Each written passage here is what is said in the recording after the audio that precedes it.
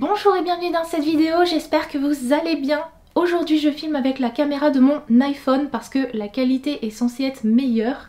Bon par contre je suis pas habituée à filmer sans retour d'écran, donc si jamais le cadrage c'est un peu bizarre, vous savez d'où ça vient. Faut que je m'y habitue.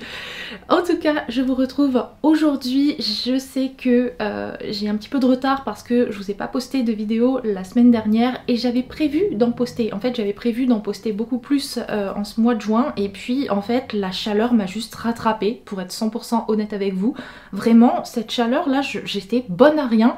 J'arrivais pas à faire du contenu, à filmer, j'arrivais même pas à lire. C'est vous dire, franchement, j'étais une flaque d'eau.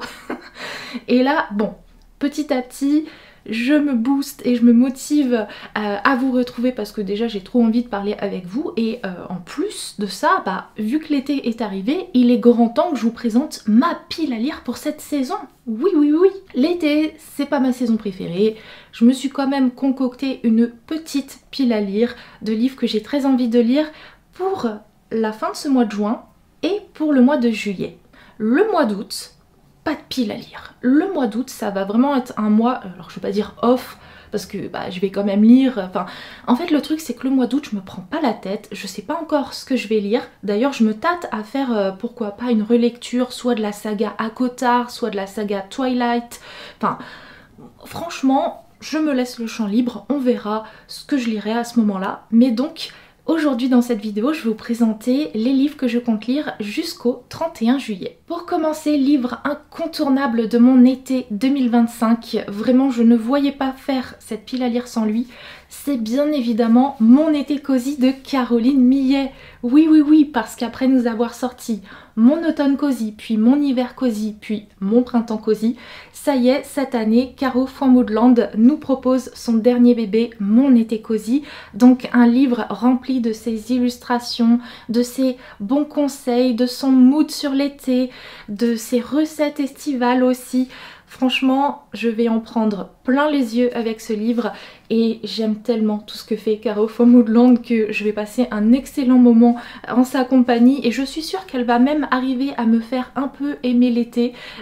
Et petite chose trop cool, c'est que à la fin de cet ouvrage, nous avons une enveloppe comme ceci. Mais alors, qu'est-ce qu'il y a à l'intérieur? Il y a un petit carnet de voyage que Caro a fait lorsque elle est partie quelques jours en Provence et du coup, elle a mis tout ça dans ce petit carnet. On a donc plein d'illustrations et puis tout ce qu'elle a pu ressentir au cours de son voyage et je trouve ça trop bien en fait comme ajout. Franchement j'adore et j'ai trop hâte de me plonger dedans et de me plonger tout simplement dans Mon été cosy. Autre livre de ma pile à lire de l'été, c'est le dernier Clara Hérault, Le tourbillon des possibles, publié chez Hachette Roman. Vous savez que j'adore les livres de l'autrice, elle en a sorti 3 autres que j'ai lus et que j'ai adoré, qui ont été des coups de cœur. Donc forcément celui-ci, j'ai hâte de me plonger dedans, même si la thématique me parle un peu moins, puisque on va y parler notamment des débuts dans le monde du travail. Mais j'ai vu pas mal de retours de gens qui à la base, eux aussi, cette thématique les inspirait un peu moins et finalement ils ont quand même adoré ce livre, donc j'espère faire partie, j'espère avoir le même retour et le même avis qu'eux. Donc de quoi parle ce livre plus exactement? On va y suivre le personnage de Léonie. Léonie qui va devoir retourner vivre chez ses parents et donc oui, comme je vous disais, on parle de début dans le monde du travail, de difficulté à trouver un emploi, mais pas que. On va également y parler d'amitié, de déception et d'amour aussi. Et connaissant l'autrice, j'imagine qu'elle va y mettre toute sa sensibilité et que encore une fois je vais me retrouver dans ces personnages, donc il me tarde de découvrir tout ça. Cet été je compte également lire le tome 2 de la saga L'Empire des femmes par Cassandre Lambert, publié chez Le Livre de Poche Jeunesse. J'ai trop envie de lire la suite et fin de cette duologie parce que le premier tome m'avait vraiment beaucoup plu. On est sur une histoire où règne le matriarcat, bon, en tout cas le patriarcat inversé. Là dans ce livre, dans cette saga, c'est vraiment les femmes qui sont au pouvoir et peut-être qu'elles abusent un peu trop. Donc comment vont réagir les hommes, c'est ce qu'on va voir je pense dans ce tome 2. Et ouais, un tome 2 que je me suis réservé pour cet été parce que si je me souviens bien dans cette saga il fait quand même assez chaud, on est sur des îles et tout, et vraiment qui dit chaleur dit été, donc petite lecture parfaite pour l'été celui-là. Autre lecture de mon été, ça sera le tome 4 de la saga Skandar. Skandar et la malédiction du squelette par Ive Stedman, publié chez Hachette Roman. J'ai trop hâte de me plonger dans ce tome 4 parce que vraiment la saga Skandar c'est une de mes sagas jeunesse préférées. C'est une saga qui a le même schéma narratif que Harry Potter dans le sens où on va y suivre un jeune homme, un héros, et on va suivre toute sa scolarité, donc un tome par année scolaire. Et lui, alors dans cet univers il y a de la magie mais il y a surtout des licornes magiques et du coup notre héros il a sa licorne et chaque année après année il évolue à ses côtés, il évolue aussi aux côtés de son quatuor d'amis et puis bien évidemment il a des ennemis. Ouais, et des ennemis pas très cool. Et du coup, tome après tome, franchement, moi je me régale avec cette saga. Et donc là, il me tarde de voir ce que nous réserve ce 4e opus. Cet été, ça sera également l'occasion pour moi de lire Quelque part de l'autre côté de la mer par TJ Klune, publié chez les éditions de Saxus, qui n'est autre que la suite du roman La maison au milieu de la mer céruléenne, du même auteur, publié chez la même maison d'édition.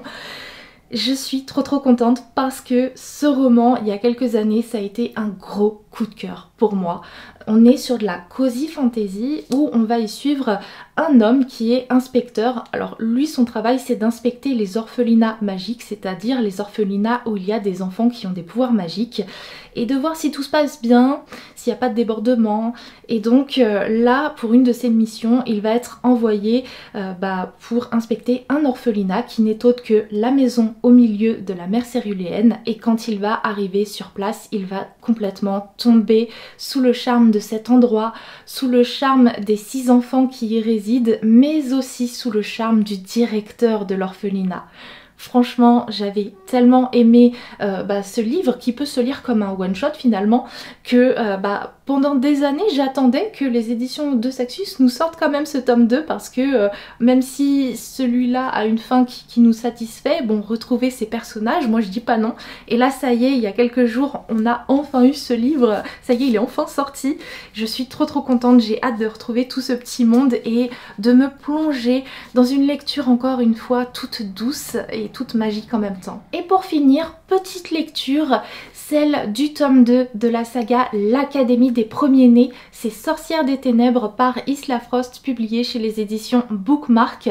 Si vous vous souvenez du premier tome, en fait, c'est une dystopie dans laquelle, en fait, il y a eu un petit souci sur Terre. Et depuis, pour avoir la paix, les hommes ont conclu un marché avec les monstres, celui de leur confier leur premier enfant, donc leur premier-né. Et ensuite, on ne sait pas du tout ce qui arrive à ces enfants puisqu'ils ne reviennent jamais et on ne sait pas, c'est la grande inconnue. Enfin, nous, lecteurs, on va découvrir un petit peu ce qui se cache là-dessous puisque notre héroïne, ça y est, c'est la première enfant de sa famille et elle a l'âge requis pour aller rejoindre les monstres. Donc elle y va, elle franchit un portail magique et là en fait elle va atterrir dans une école de magie, une école où elle va apprendre à combattre les méchants monstres puisqu'elle va découvrir qu'il y a des gentils monstres et des monstres plus méchants.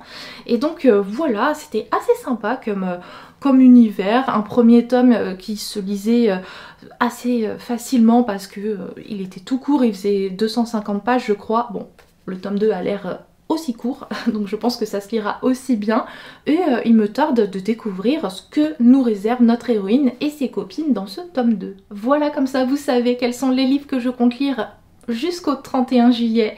N'hésitez pas à me dire en commentaire quels sont les livres que vous comptez lire cet été. Vous savez que j'aime beaucoup vous lire et je remercie les personnes qui à chaque fois me laissent un petit mot sous mes vidéos ou même juste un petit emoji, un petit cœur ou tout ça, ça me fait toujours plaisir, donc merci à vous.